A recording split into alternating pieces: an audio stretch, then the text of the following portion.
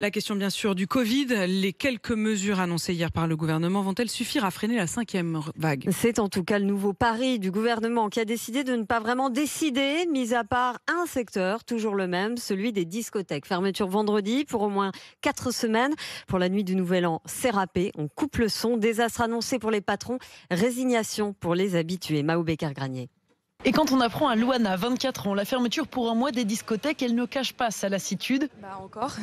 L'impression qu'il n'y a jamais de fin en fait à cette histoire. Malgré ses 2 doses de vaccin, elle non plus ne pourra pas aller danser ces 4 prochains week-ends.